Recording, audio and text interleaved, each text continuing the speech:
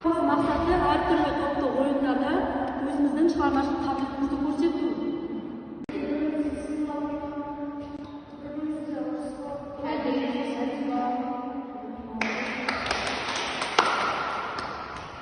har komandada 6 o'quvchidan o'ynaydi. Және o'zlariga tegishli bunday alanga, men ko'rib turganlarda o'zlari alanga o'ynaydi. Men alanga ko'rsatmayman. Voleybol alangi. Voleybol alangining uzunluğu 18 metr var, uzunluğu 18 metr. Al eni 9 metr olib keladi.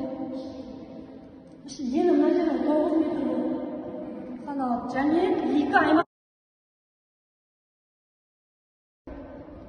6 былғары панельден тұрады, міне 6 бөліктен тұрады, міне көріп тұрғандарыңыздай. Бұл 6 бөлік 3 түрлі үстен құралған. Бұл жасанды или табиғи матадан тігілген.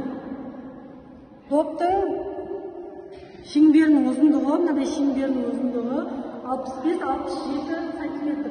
Ал салмағы 260-280 грамм. Түсінікті оқушылар.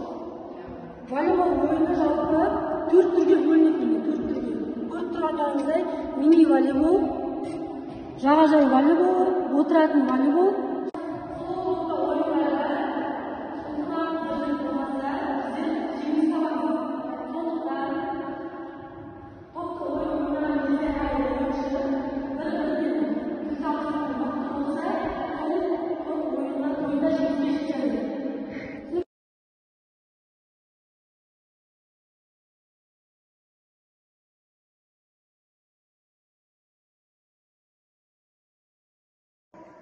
Волейболдың сыртқы торы бар. Сол тордың биіктігі 13 жасқа дейін 2 метр 10 сантиметр. Қыздар үшін, ал ұлдар үшін биіктігі 2 метр 20 сантиметр болады. Түсінікті ғой? Бүгінгі сабағымыз қорытындылай болса, не түсініңіздер? Ынтымақтастық деген қалай түсінесіздер?